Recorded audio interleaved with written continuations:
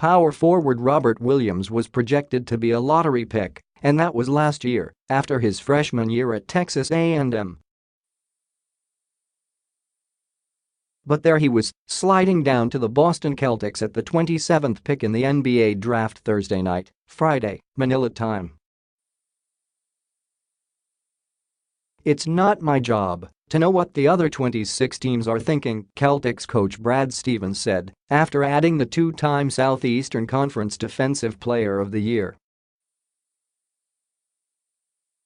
"We thought that he was the right pick for us, and we felt very fortunate to be able to get him." A 6'10", 237-pound Oil City, Louisiana native, Williams was considered a certain first-round pick as a freshman, maybe in the top 10. But he decided he wasn't ready. He returned and averaged 10.4 points and insect-leading 9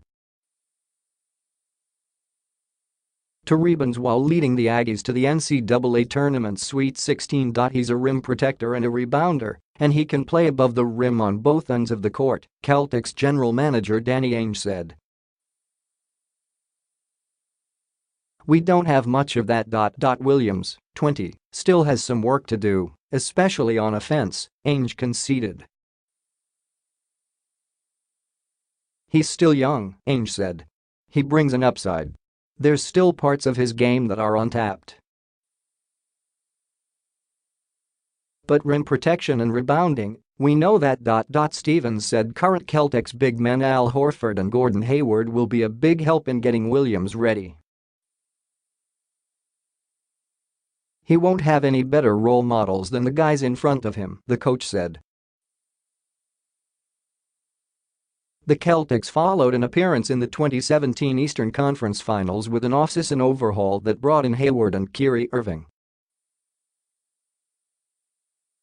Despite losing both of them to injuries during the season, they returned to the league's Final Four thanks in part to Jaylen Brown and Jason Tatum, back-to-back No.3 picks in the previous 2 years. But after stockpiling 8 first-round picks in the previous 4 drafts, including 3 lottery picks, the Celtics were left with just their own first-rounder this year and no picks in the second.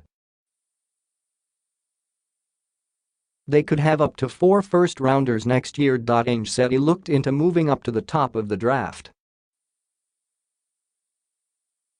"We spent the last couple of weeks figuring out what the cost was. We knew that was very, very unlikely," he said. Acquiring a second-round pick didn't interest him all that much. "We don't need more young players really," he said. "We feel good about adding one that does something that we don't have." Speaking at the team's brand new practice facility, the Auerbach Center, Stevens said Williams was a good athlete with good feet and an arm span of 7 feet, 5 inches. Williams blocked 155 shots in college, third in Texas A&M history, with 78 as a sophomore, that were the second most in a single season for an Aggie. "Right now he is an elite athlete with incredible length," Stevens said. "And he plays well above the rim. Obviously, if you can have 4 shooters in the game and a guy like that rolling to the rim, you can just throw it into the air and he can go get it." Because Williams was expected to go higher in the draft, the Celtics did not have a workout for him in Boston. Stevens said having a prospect visit is just a formality in a lot of ways for Ainge and his staff.